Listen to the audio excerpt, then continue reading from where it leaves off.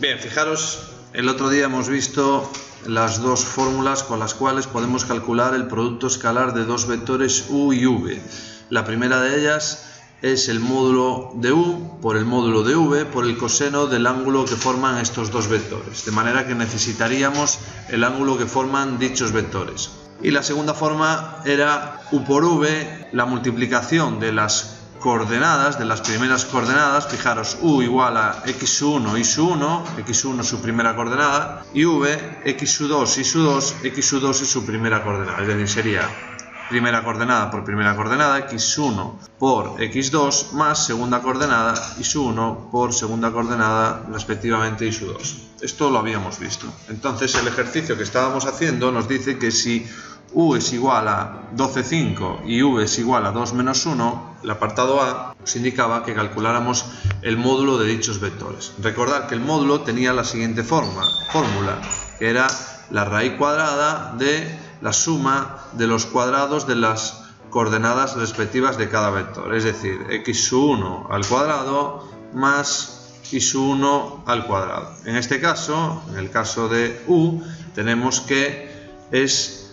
12 al cuadrado, que es 144, más 5 al cuadrado, que es 25. Nos queda la raíz cuadrada de 169, que es igual a 13. En este caso es exacto, no así en la siguiente.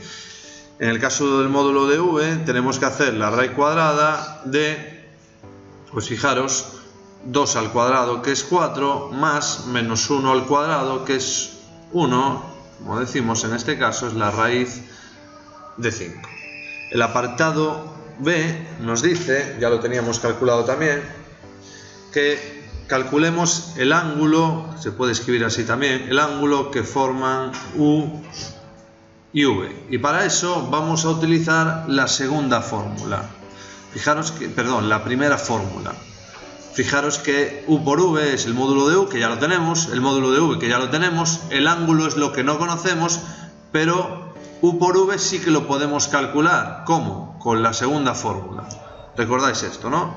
Es decir, u por v se puede calcular con sus coordenadas, que sería x1 por x2, en este caso 12 multiplicado por 2, más y1 por y2, que sería más 5 por menos 1.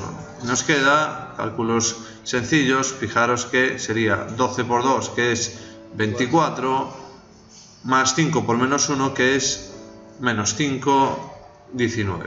Una vez que tengo esto, sustituyo los valores calculados en la primera de las fórmulas, sin necesidad de estudiarme ninguna otra fórmula que las que tenemos aquí. Es decir, u por v es 19, será igual al módulo de u. ¿Cuánto vale? 13. Módulo de v, raíz de 5, por el coseno del ángulo que forman, que a este ángulo le vamos a llamar alfa. Para mayor comodidad, coseno de alfa. Si yo quiero calcular alfa, lo primero que tengo que hacer es despejar coseno de alfa. Es decir, todo esto que está multiplicando, ¿cómo pasa hacia el otro miembro? Nos quedaría 19 dividido entre todo el producto 13 por raíz de 5. Es decir, todo esto de aquí, igual a coseno de alfa. Muy bien, pues calculamos 19 entre 13 por raíz de 5 y nos daba de manera aproximada, si lo aproximamos, 0,65 con dos cifras decimales. Y recordamos del tema anterior que para calcular alfa tenemos que hacer ¿qué? El arco coseno de 0,65, que nos da ¿cuánto?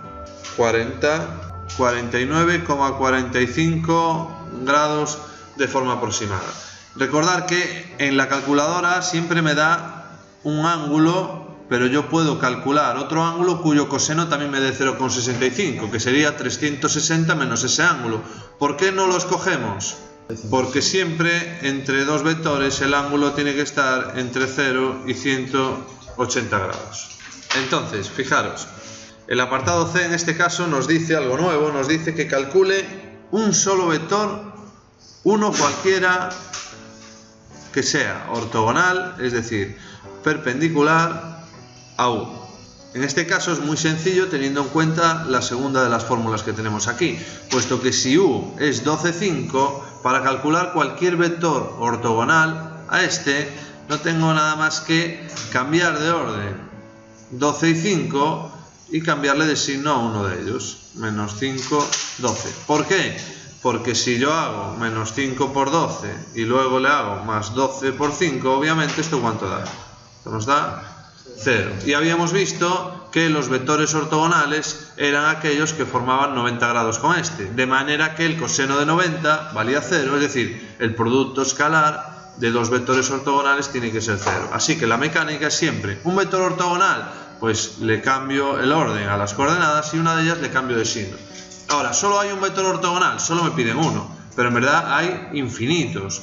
Cualquier múltiplo de este vector también es ortogonal a u, es decir, cualquier vector, no me lo pide, pero cualquier vector del tipo k por menos 5, 12, siendo k un número entero, también es un vector ortogonal, es decir, cualquier vector en la dirección de este que hemos escogido aquí. Ahora, ¿y si me dicen en el apartado D que calcule un vector que sea ortogonal, en este caso a v, pero además me pide, ¿qué otra cosa? Que sea unitario. Unitario quiere decir que su módulo vale 1. De manera que yo primero tendré que calcular un vector que sea ortogonal a v, es decir, si v en este caso es 2 menos 1, un vector ortogonal a v, ¿cómo sería? Por ejemplo, el 1, 2. Si este es unitario, ya lo tenemos hecho, pero vamos a calcular su módulo sería raíz cuadrada de 1 al cuadrado es 1, más 2 al cuadrado es 4, ya lo teníamos calculado, ¿no? Raíz de 5.